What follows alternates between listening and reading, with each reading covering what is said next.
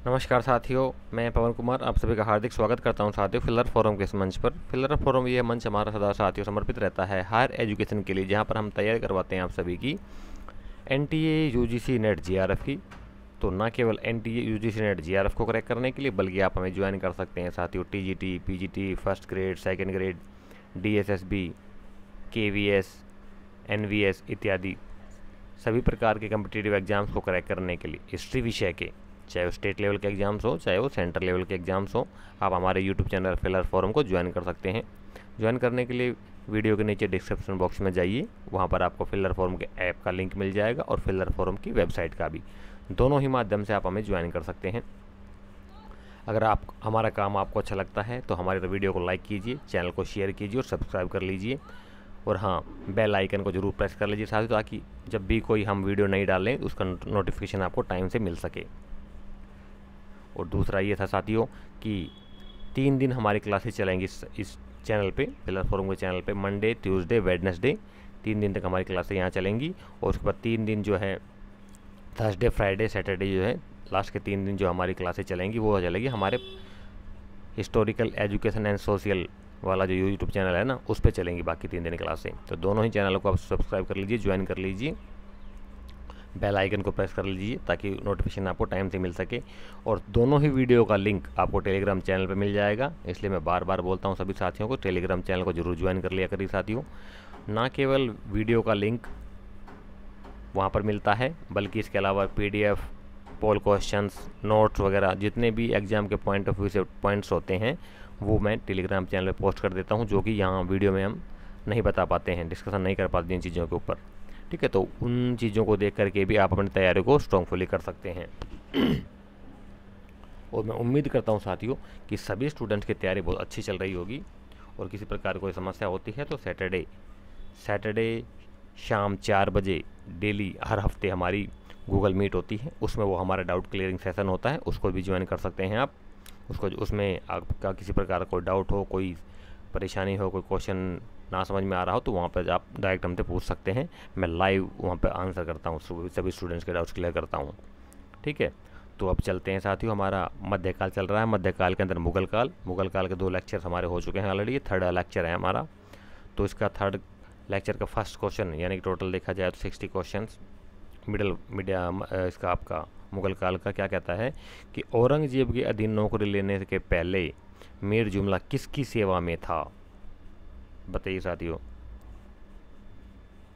Question number 60 आज का question number first का राइट आंसर क्या होगा?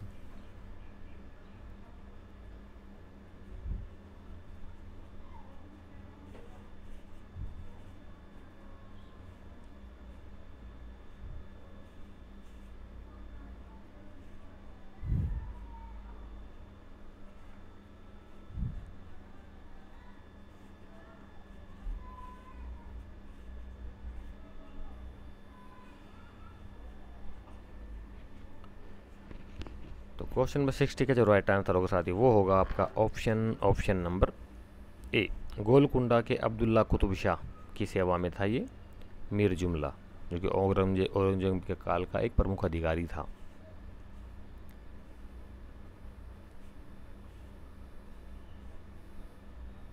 क्वेश्चन नंबर 61 कथनों पर विचार कीजिए कहता है। फर्स्ट कहता है कि अकबर ने पति की चिता पर विधवा के जल जाने की सती प्रथा पर निषेध लगा दिया था। सेकंड कहता है कि अकबर के ने बाल विवाह को हतोत्साहित किया तथा हिंदुओं में विधवा पुनर्विवाह को प्रोत्साहित किया। तो बताइए कि उपरोक्त कथनों में से कौन सा से सही है कौन सा सही है? एक सही है, दोनों सही है, दोनों दूसरा सही है, या दोनों गलत हैं? बताइए राइट आंसर क्या होगा साथियों। क्वेश्चन को राइट आंसर पुटअप करने के लिए आपको 30 सेकंड्स का टाइम दिया जाता है। 30 सेकंड्स के अंदर ही आपने राइट आंसर को चूज करके पुटअप करना होता है। क्वेश्चन नंबर मेंशन कर दीजिए कि क्वेश्चन नंबर मेंशन करके फिर उसका राइट आंसर दीजिए ऑप्शन के साथ। मान लीजिए 61 का आपको ABCD में जो भी आपको ऑप्शन राइट लगता है वो लगाइए।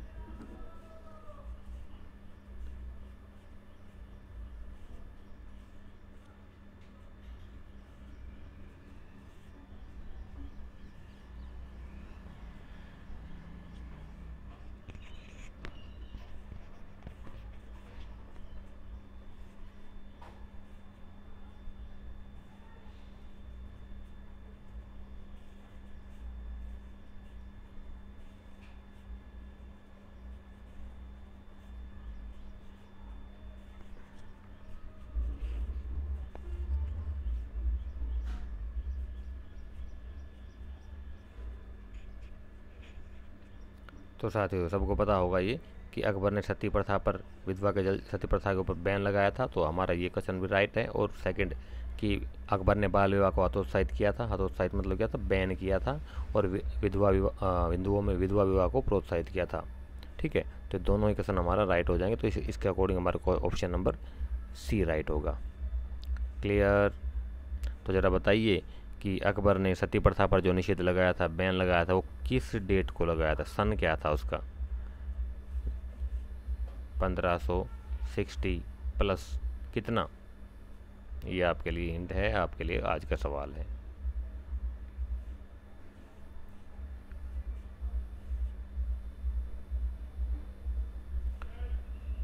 नेक्स्ट क्वेश्चन कहता है, क्वेश्चन नंबर 62, अकबर ने कृषि भूमि को 4 कोटियों में विभाजित किया था। पोलज भूमि किस कोटि में आती थी? कहता है कि अकबर ने कृषि की ज़मीन, जो उपजाऊ ज़मीन थी, उसको 4 भागों में बांट दिया था। ठीक है, उनमें से एक प्रकार था पोलज भूमि। तो जरा ये बताइए साथी, पोलज भूमि का अर्थ क्या होता है?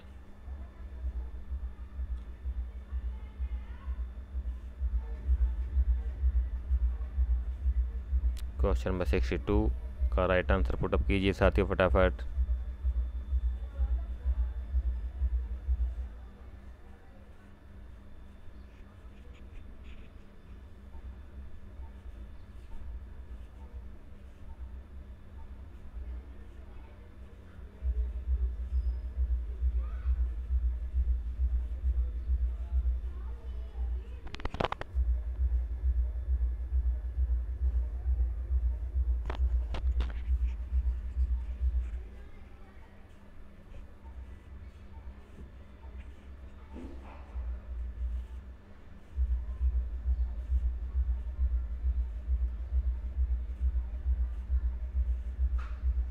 तो क्वेश्चन नंबर 62 का जो राइट आंसर होगा साथियों, वो होगा आपका ऑप्शन नंबर सी, यानी कि प्रतिवर्ष कृषि के लिए प्रयुक्त भूमि, यानी कि हर साल जिस ज़मीन के ऊपर खेती बाड़ी कर सकते हैं उसे कहा गया था पोलज भूमि। तो ज़रा बताइए साथियों इसी संदर्भ में चाँचर का क्या अर्थ होता है? चाँचर भूमि किसे कहा गया? चाँचर भूमि आपके लिए आज का सवाल।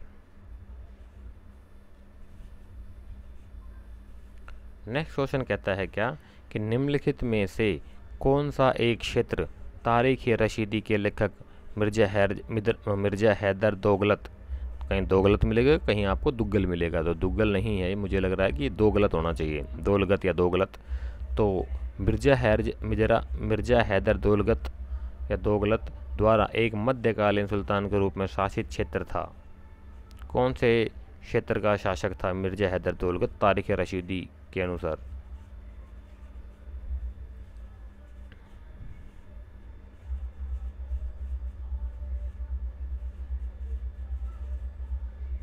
इम्पोर्टेंट क्वेश्चन है साथियों, बताइए ज़रा राइट आंसर क्या होगा इस क्वेश्चन का?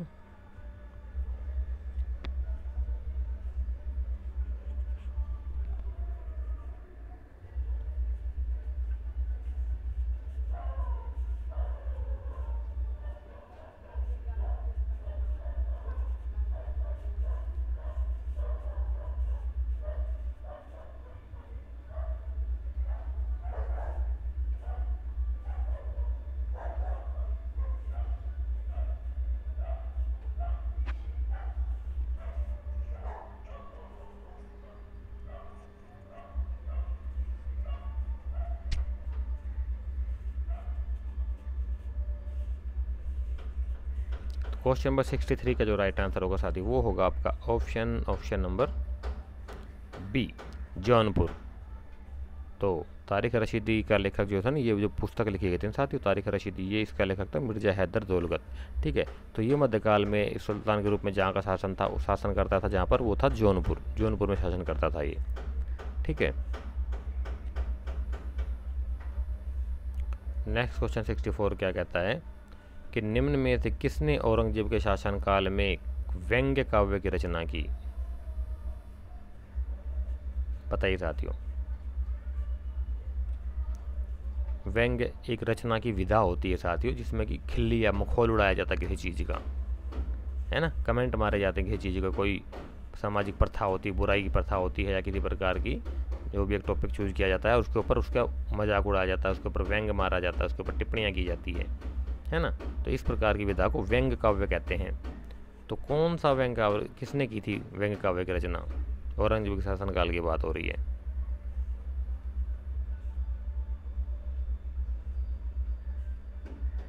सिंपल क्वेश्चन है, तो बता सकते हो अगर आपने क्या बोलते हैं औरंगजेब काल की हिस्ट्रियोग्राफी, उसके संबंधित जो थे राइटर्स जो थे और उनकी राइटिंग्स वगैरह पढ़ी होंगी, तो इजीली इसका आंसर आप कर सकते हो।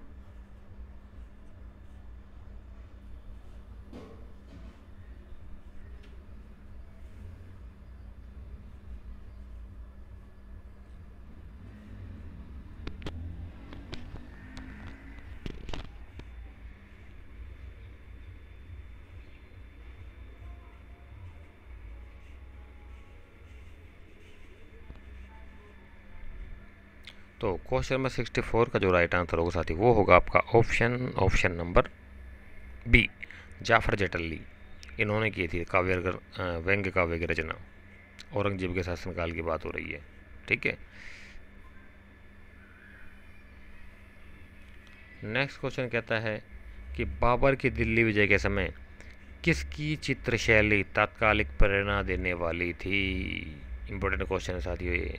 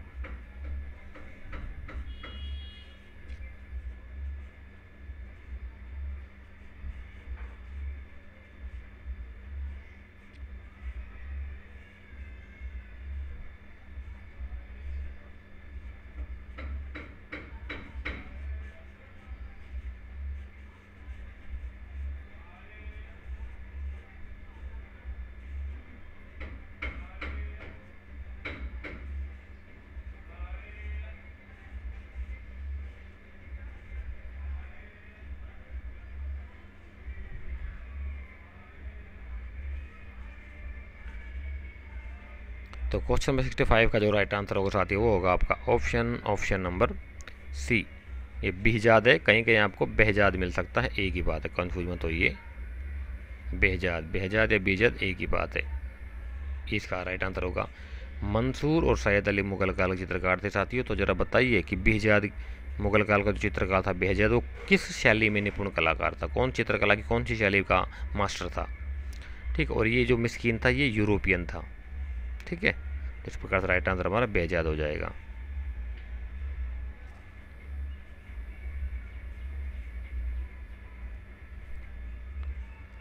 तो क्वेश्चन में 66 का राइट आंसर बताइए साथियों क्या होगा? कहता है कि विख्यात पुस्तक हमजानामा जो अकबर के आदेशानुसार अभूतपूर्व रूप से बड़े पटल पर चित्रित की गई थी, मूल रूप से किस भाषा में लिखी गई थी? बहुत इंपॉर्टेंट फैक्ट है साथियों, बताइए उसकी ओरिजिनल लैंग्वेज क्या थी हमजानामा?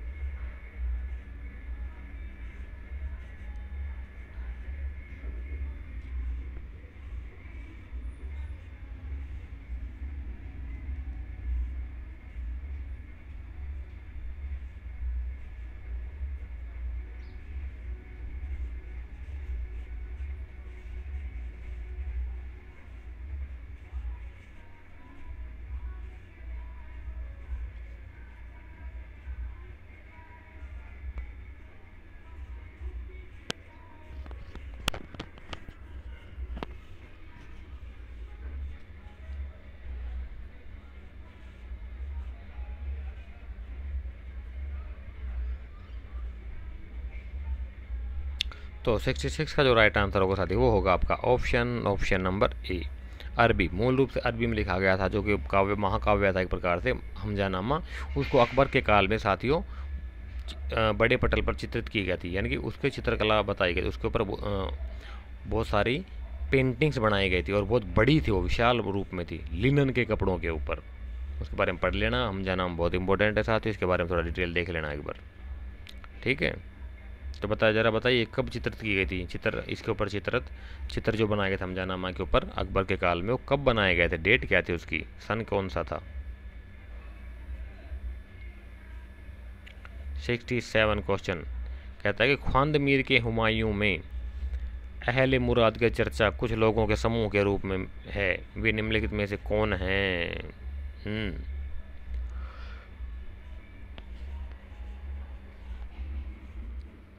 आंसर बताइए साथियों, उसका क्या राइट आंसर होगा, फिर मैं बताता हूँ उसकी डिटेल। पहले आप आंसर की पुटअप कीजिए, फिर इसके ऊपर डिस्कशन करते हैं।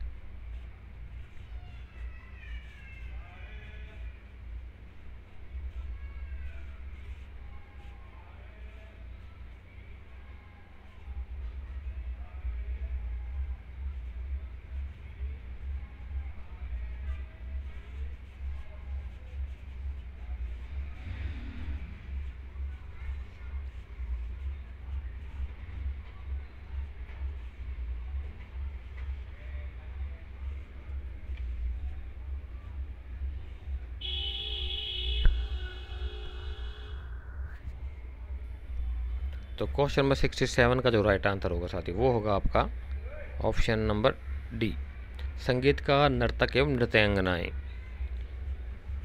इसे कहा गया सामूहिक रूप से ख्वांद मीर के हुमायूं में अहले मुराद। अहले मुराद ये नेट का आया क्वेश्चन है, इंपॉर्टेंट क्वेश्चन साथियों। ख्वांद मीर जो था मुगल काल का राइटर था, जिसने कि हुमायूं लिखा था, एक पुस्तक लिखी थी हुमायूं। तो जरा बताइए हुमायूं नामा के राइटर कौन था? ये क्वेश्चन है, आसानी से बता सकते हैं आप लोग। नेक्स्ट क्वेश्चन 68 क्या कहता है कि मुगल कालीन भारत में अधोलिखित वस्तुओं में से किसका निर्यात सर्वाधिक किया जाता था?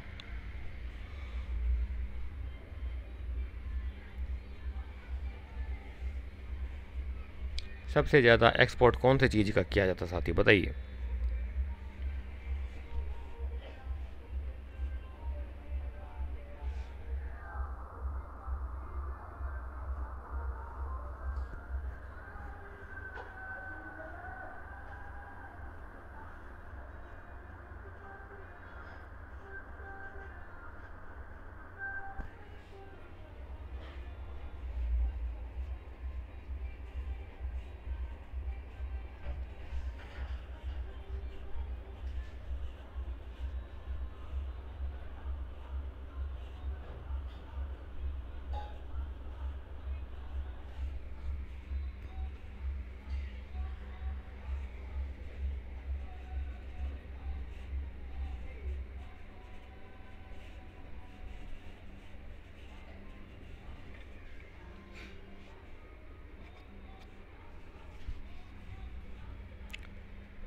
तो क्वेश्चन नंबर 68 का जो राइट आंसर होगा साथी, वो होगा आपका ऑप्शन नंबर बी, सूती और रेशमी वस्त्र। देखिए साथियों, दक्षिण भारत से सबको पता होगा कि मसाले, काली मिर्च, लौंग, इलायची, जायफल इस प्रकार की मसालों का एक्सपोर्ट किया जाता था स्टार्टिंग से ही, 2500 साल 3000 साल पहले से चला आ रहा हमारा, ठीक है। और उत्तर भारत से जो प्रमुख रूप से जो किया था बंगाल में, और उत्तर भारत से जो एक्सपोर्ट की प्रमुख वस्तु थी वो थी आपका सूती वस्त्र और रेशमी वस्त्र, बहुत पहले से है। ये तो ब्रिटिशर्स ने खराब मट्टी कर दी साथियों, पूरे सिस्टम को बिगाड़ दिया उन्होंने, इकोनॉमी हमारी बिल्कुल डाउनफॉल ला दिया। अदरवाइज हम तो यार सोने की चिड़िया कहाँ हैं, हमारे तो एग्रीकल्चर और क्या बोलते हैं इंडस्ट्री को लेकर के बहुत बड़ी बड़ी चीज़ें हुई हमारे यहाँ पर। तो नेक्स्ट कहता है कि अकबर के राज्यकाल में निम्नलिखित में से कौन से दरबार की भाषा थी? तो सिंपल क्वेश्चन, सबको पता होगा इसका तो राइट आंसर फारसी होगा, सबको पता है। स्किप करते हैं, इसको छोड़ो। हिंदू मनसबदारों की सर्वाधिक संख्या किसके काल में थी? ये भी इजी क्वेश्चन है, सबको पता होगा इसका भी, फिर भी चलो कोई बात नहीं, पूछ लेता हूँ आपसे। बताइए साथियों, हिंदू मनसबदारों की सर्वाधिक संख्या कौन से मुगल काल के शासक के काल में थी? अकबर, शाहजहां, जहांगीर, औरंगजेब।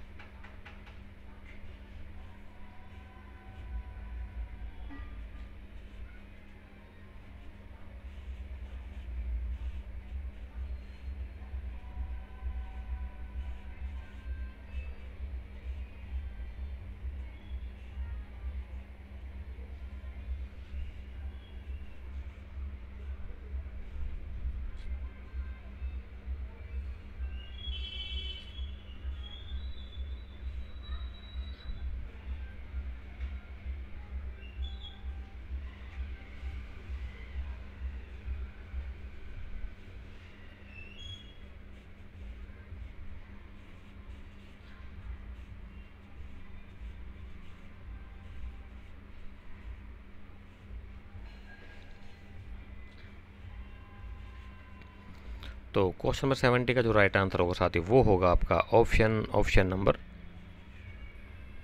डी। कुछ लोगों को अकबर लग रहा होगा, लेकिन अकबर नहीं था साथियों। सबसे ज़्यादा जो हिंदू मनसबदारों की संख्या थी वो थी औरंगजेब। जो जरा बताइए, औरंगजेब के शासनकाल में हिंदू मनसबदारों की संख्या कितनी थी? टोटल काउंटिंग कितनी थी उनकी? 10, 20, 30, 50 कितने थे? एक और सवाल आपके लिए।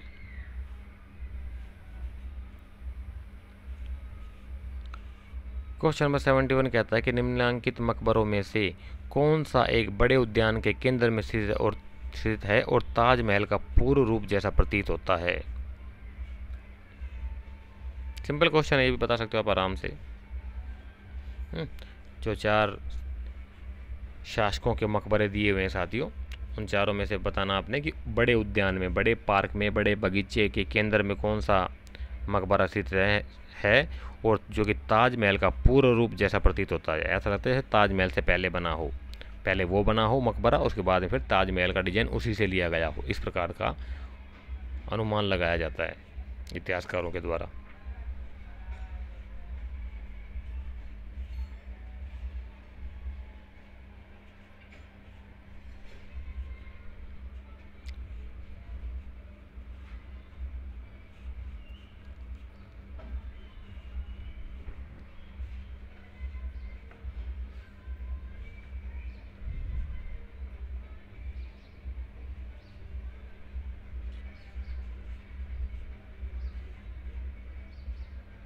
तो क्वेश्चन नंबर 71 का राइट आंसर बताइए साथियों, क्या होगा फटाफट।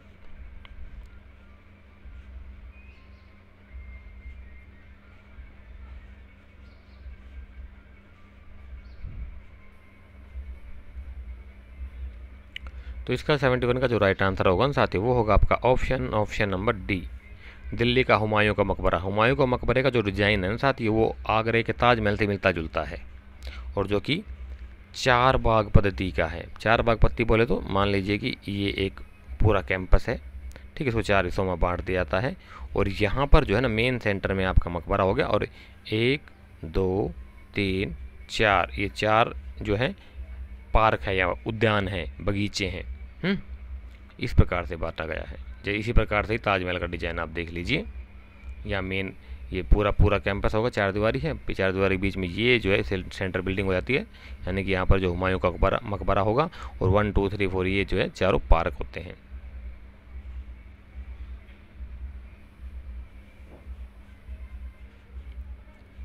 क्वेश्चन नंबर 72 का राइट आंसर क्या होगा बताइए साथियों, बाबर का मकबरा कहाँ स्थित है? इजी क्वेश्चन, सबको पता होगा इसको।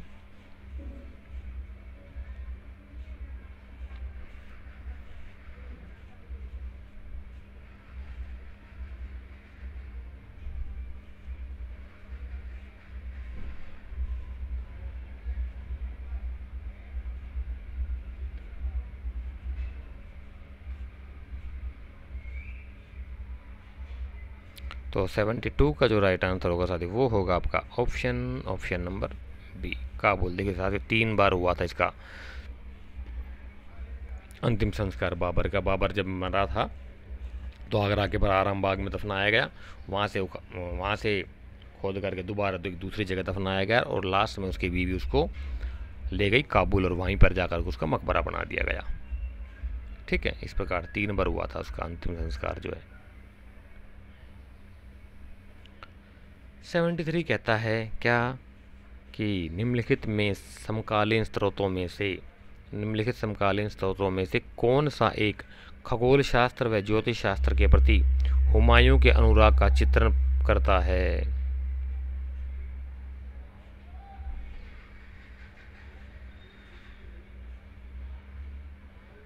चार बुक्स के नाम दिए गए हैं साथियों।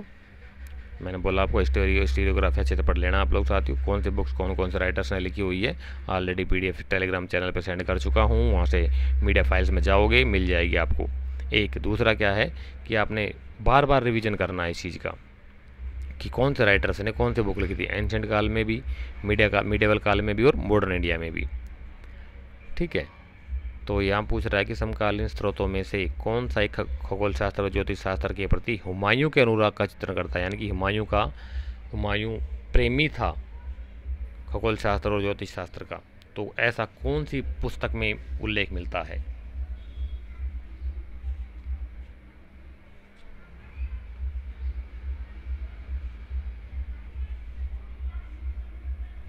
क्वेश्चन में 73 का जो राइट आंसर होगा साथियों वो होगा आपका ऑप्शन नंबर डी, कानून हुमायूनी। कानून हुमायूनी में आपके हुमायूं के खगोल शास्त्र और ज्योतिष शास्त्र के प्रति प्रेम का प्रदर्शन होता है। अलग अलग रंगों के कपड़े अलग अलग दिन अलग अलग रंगों के कपड़े पहनता था, नक्षत्रों में विश्वास करता था, ज्योतिष शास्त्र में बहुत ज़्यादा विश्वास करता था वो है। शुभ घड़ी हिंदुओं में होती है ना, शुभ घड़ी कौन सी होनी, इसी प्रकार से वो भी बहुत ज़्यादा विश्वास करता था इन चीज़ों में। उसने बहुत बड़ा वो बनवाया, दालान बनवाया था, चटाई जिसको कह सकते हैं, बहुत बड़ा विशाल था, उसमें बहुत से लोग बैठ सकते थे और उनका भी एक अलग ही डिजाइन था, उसने बनवाया था उसने। तो क्वेश्चन नंबर 74 का बताइए साथियों, निम्नलिखित में से मुगल मनसबदारी व्यवस्था के विषय में कौन सा सत्य नहीं है।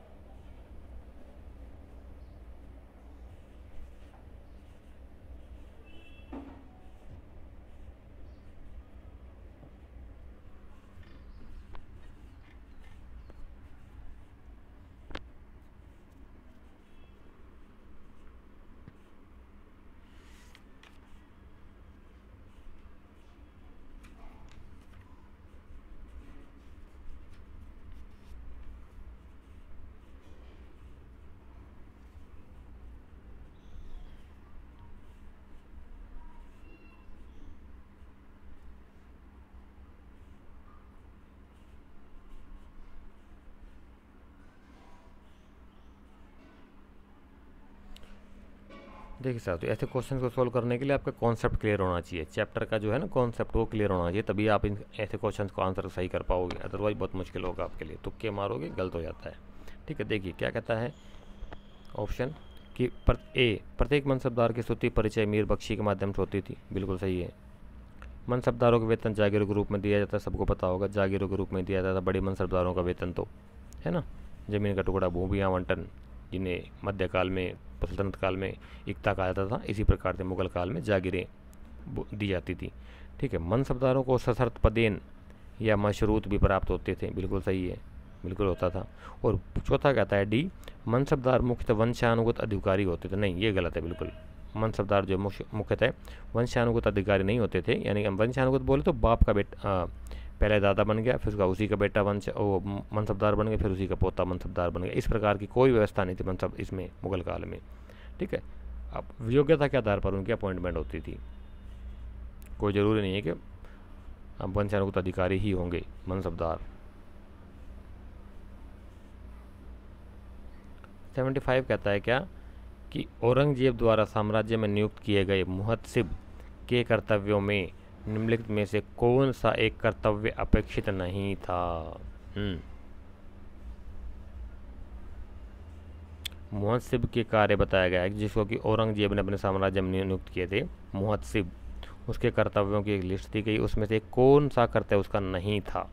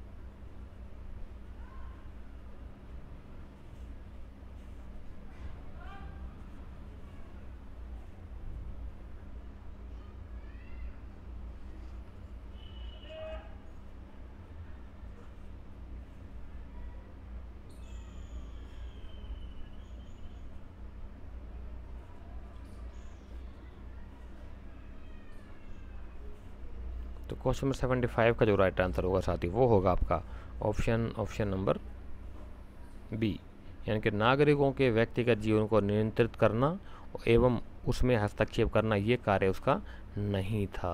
किसका नहीं था? मुहत्सिब का, जो कि औरंगजेब ने अपने साम्राज्य में नियुक्त किए थे। ठीक, बाकी तीनों सही होंगे, ए, सी और डी। किसके चांदी के सिक्कों पर राशि चक्र का अंकन है? बताइए सर, कौन सा वो मुगल कालीन शासक था जिसके कि सिक्कों पर राशि चक्र का अंकन है?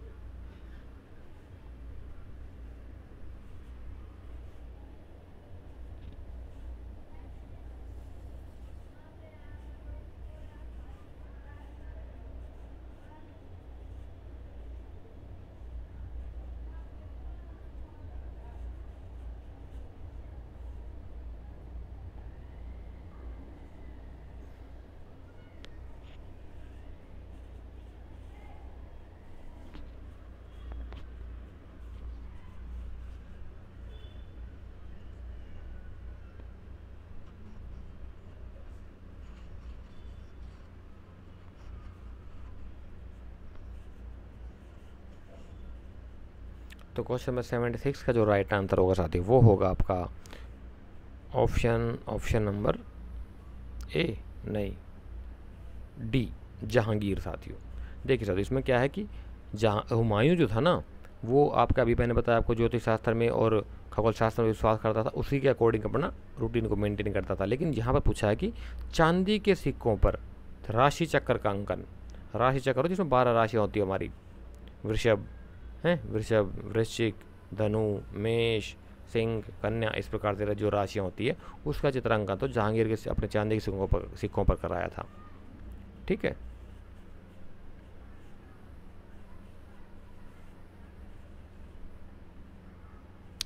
सेवेंटी सेवन कहता है कि निम्नलिखित बादशाहों के मकबरों में से किस एक मकबरे में मध्य वाला गुम्बद निर्मित नहीं है?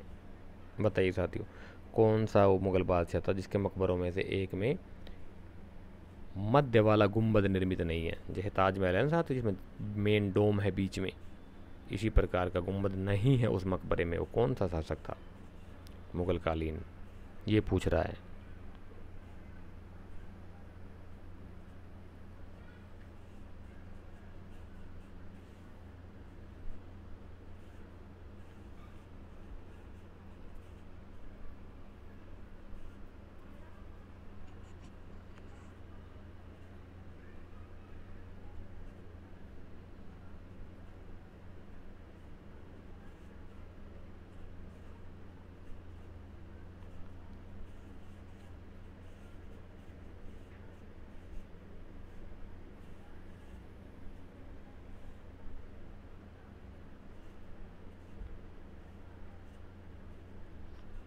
77 का जो राइट आंसर होगा साथी वो होगा आपका ऑप्शन नंबर ए, अकबर का मकबरा। अकबर के मकबरे में साथियों मेन डोम जो है ना, मध्य का जो गुम्बद है वो नहीं है।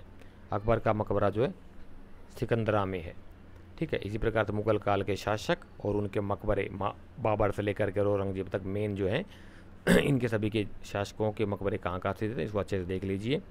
इसी संदर्भ में तो ज़रा बताइए साथियों, शेर शाह सूरी का मकबरा कहाँ है? बहुत इंपॉर्टेंट क्वेश्चन है, नेट का आया हुआ है, इसलिए मैं आपसे पूछ रहा हूँ। कमेंट बॉक्स में राइट आंसर पुटअप कीजिए।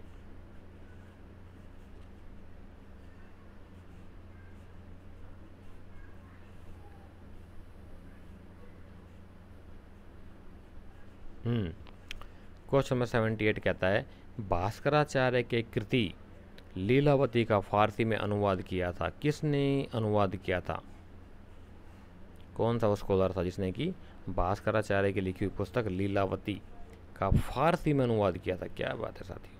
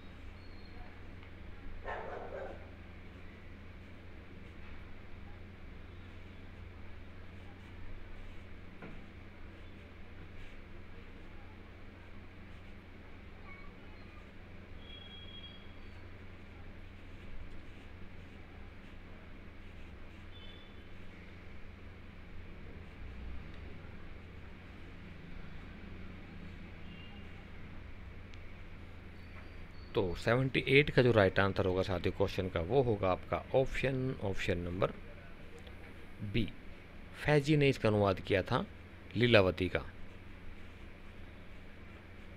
अलबरून ने नहीं किया था, अलबरून बहुत पहले आगे जा चुका था। दारा शिकोह ने बहुत सारे संस्कृत ग्रंथों का अनुवाद किया था, सबको पता है। अबुल फजल ने भी किया था, लेकिन इसका नहीं किया था, लीलावती का अनुवाद किया था फैजी ने। निम्नलिखित में से किसने आत्महत्या कर ली थी साथियों? हाँ, ये बहुत इंपॉर्टेंट क्वेश्चन था जो नेट का आया हुआ क्वेश्चन है कि मुगल काल का वो कौन सा चित्रकार था जिसने कि आत्महत्या कर ली थी?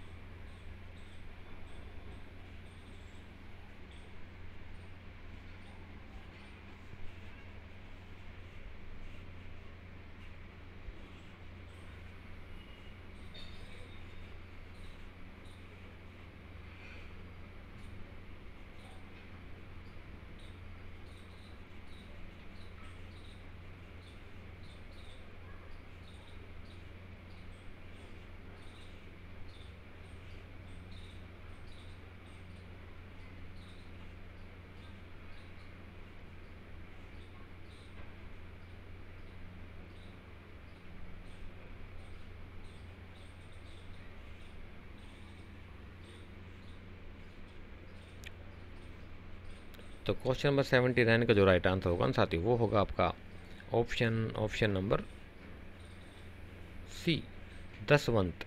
दसवंत वो मुगल काल का साथियों एक प्रमुख चित्रकार था जो कि अपने अंतिम समय में मानसिक संतुलन गड़बड़ा गया था इसका, पागलों जैसी हरकतें करने लग गया था और अंत में उसने परेशान होकर के सुसाइड कर ली थी, आत्महत्या कर ली थी।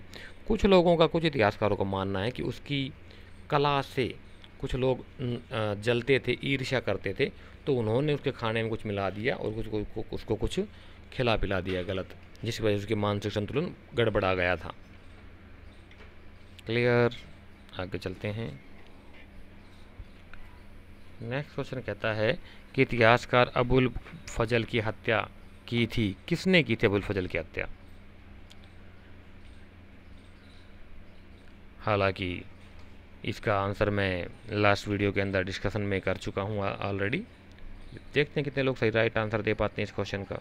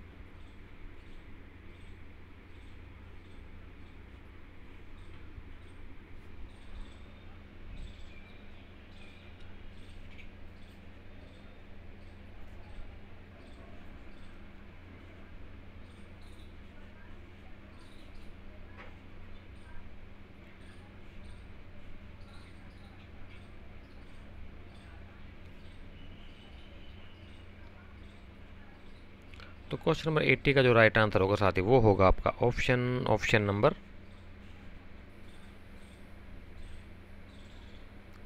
D, Bairam Khan, sorry, Vir Singh Deo Bundela. ये एक राजपूत शासक था साथियों, इसने जहांगीर के कहने पर, बताया था ना लास्ट टाइम में भी, जहांगीर के कहने पर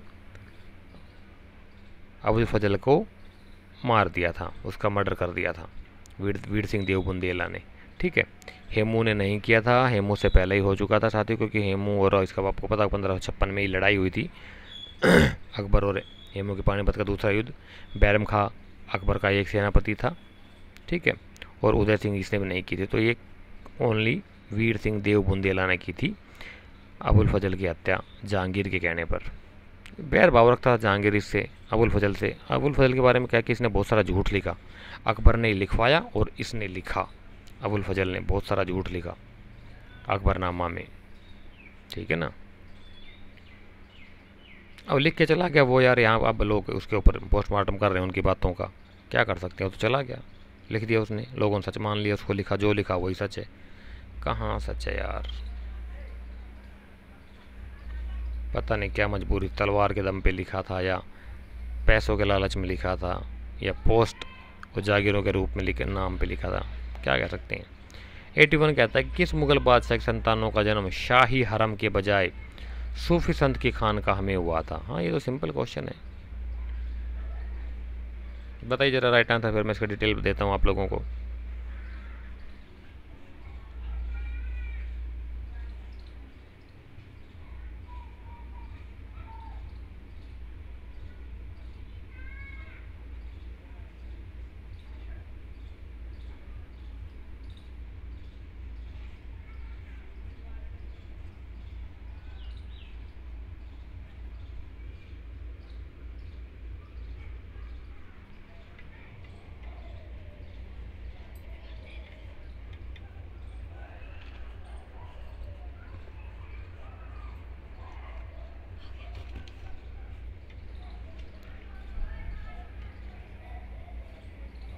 तो 81 का जो राइट आंसर होगा साथी वो होगा आपका ऑप्शन नंबर बी, अकबर की संतानों का। देखिए साथियों क्या हुआ था कि अकबर जो है ना शेख सलीम चिश्ती को बहुत मानते थे, ठीक है, शेख सलीम चिश्ती जो है उनको बहुत ज़्यादा मानता था अकबर, तो इसी कारण जो है अकबर के बेटे जो था कि सलीम जहांगीर का नाम, सलीम जो नाम था ना उसने उसी के नाम पर रखा था, शेख सलीम चिश्ती के नाम पर रखा था सलीम, और उसी की खानकाह में उनका जन्म हुआ था।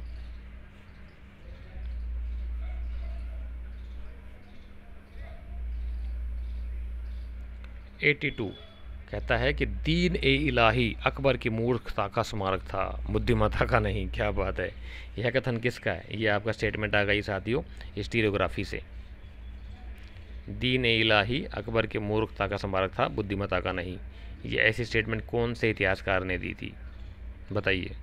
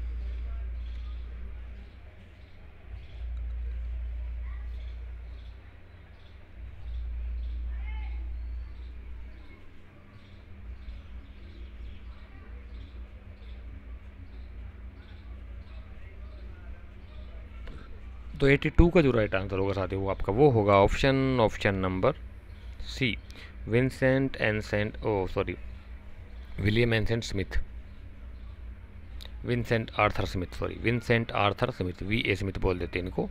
इन्होंने कहा था कि दीन इलाही जो अकबर की मूर्खता का स्मारक था, बुद्धिमत्ता का नहीं। देख सकते वी ए स्मिथ जो है ना महोदय, इन्होंने बहुत सारा काम किया है, बहुत सारी बुक्स लिखी हैं इसने इन्होंने, ठीक है। इन्होंने एक बुक लिखी थी अकबर द ग्रेट मुगल, उसमें लिखा।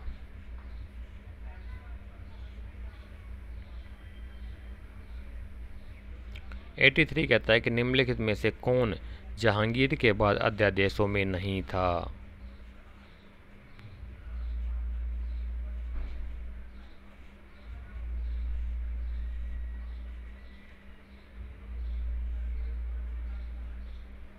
इसमें ना साथियों ये होगा कि इसको काट लीजिए आप, क्या इसको काट दीजिए। अब पढ़िए इसको कि निम्नलिखित में से कौन जहांगीर के अध्यादेशों में नहीं था। मतलब कि 4 ऑप्शन थे, इन चारों में से कौन सा एक ऑप्शन ऐसा था जो कि जहांगीर के अध्यादेशों में नहीं था। सबको पता होना चाहिए साथियों कि जहांगीर ने शासक बनने के बाद में 12 अध्यादेश पारित किए थे। कितने? 12 अध्यादेश पारित किए थे, 12 ऑर्डिनेंस पारित किए थे अपने राज दरबार से।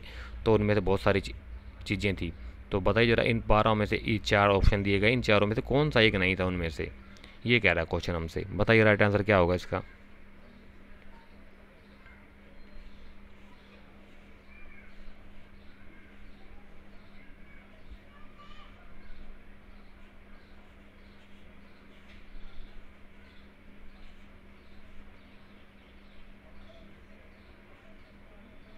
हालांकि इसके ऊपर हम पहले भी डिस्कशन कर चुके हैं एक बार ऑलरेडी।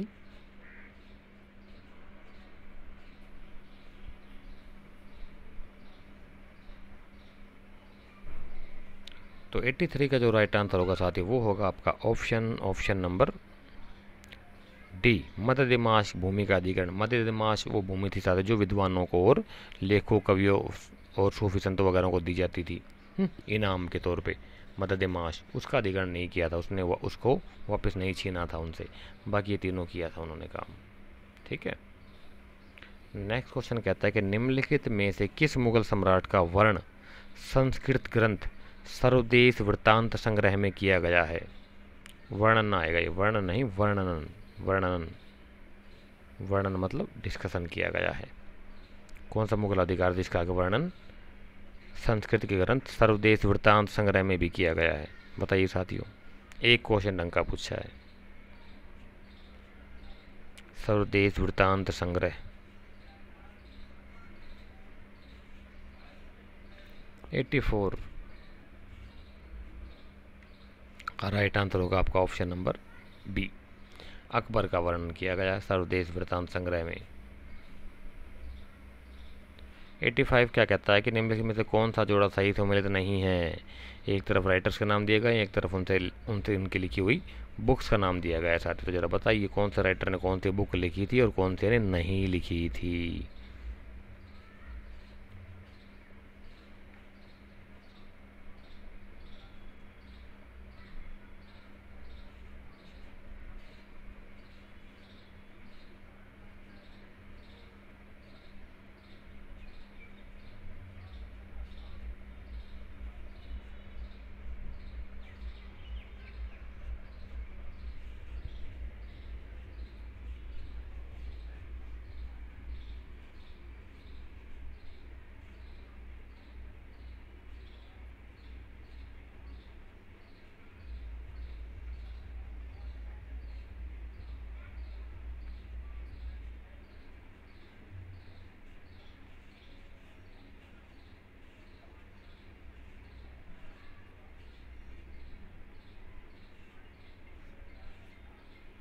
तो 85 का जो राइट आंसर होगा साथी वो होगा आपका ऑप्शन नंबर सी, यानी कि तबकात अकबरी जो थी वो अबुल फजल ने नहीं लिखी थी। तो जरा बताइए साथी तबकात अकबरी का राइटर कौन था। आपके लिए एक और सवाल।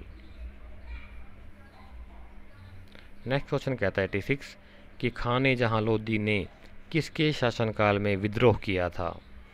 खाने जहां लोदी ने किसके शासनकाल में विद्रोह कर दिया था। बताइए साथियों।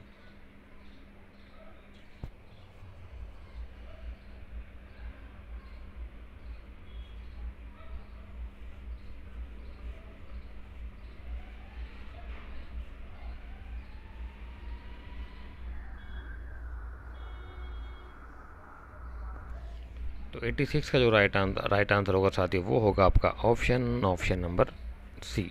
शाहजहाँ के शासनकाल में खान जहां लोदी ने विद्रोह कर दिया था।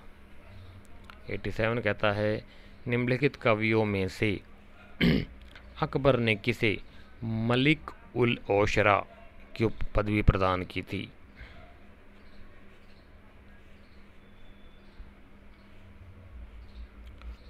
बताइए साथियों, अकबर ने किसी मलिक है या मालिक है, एक ही बात है, ठीक है, हालांकि अर्थ तो अलग अलग बन जाते हैं, समझने के लिए बात है कि मलिक होना चाहिए, वैसे तो मलिक उल अशरा होना चाहिए, मलिक ओशरा दे रखा है यहाँ पे, कोई बात नहीं। मलिक उल अशरा या मलिक उल ओशरा की पदवी किसे प्रदान की थी, कौन सा वो कवि था। अश्की, कुदसी, फैजी, फरेबी। तो इसका जो राइट आंसर होगा साथी वो होगा आपका ऑप्शन नंबर सी। फैजी को प्रदान की थी उसने अकबर ने मलिक उल अशरा की पदवी। 88 और आज का हमारा लास्ट क्वेश्चन है साथियों, क्या कहता है कि मुगल साम्राज्य के पतन के लिए जागीर संकट, ये संकट आएगा यहाँ पर, जागीर संकट के सिद्धांत को परिभाषित करने वाले प्रथम इतिहासकार थे, कौन थे वो प्रथम इतिहासकार जिन्होंने जागीर संकट, मुगल साम्राज्य पतन को जागीर संकट माना था कि अधिक जागीरें बांट देने के कारण मुगल साम्राज्य का पतन हो गया। इसके बारे में कहा जाता है कि एक अनार और 100 बीमार, जागीरें कम और मनसबदारों को पाने वाले बहुत ज़्यादा अधिकारी हो गए थे, और ये अंत में आते आते औरंगजेब के टाइम तक आते आते वो बहुत बुरा हाल हो गया था। औरंगजेब के बाद के काल में ये उसके जो उत्तराधिकारी हुए थे निर्बल थे, संभाल नहीं पाए प्रशासन को, और उनका पतन होता चला गया मुगल साम्राज्य का। ऐसा सबसे पहले किसने सिद्धांत पारित किया था, जागीर संकट वाला।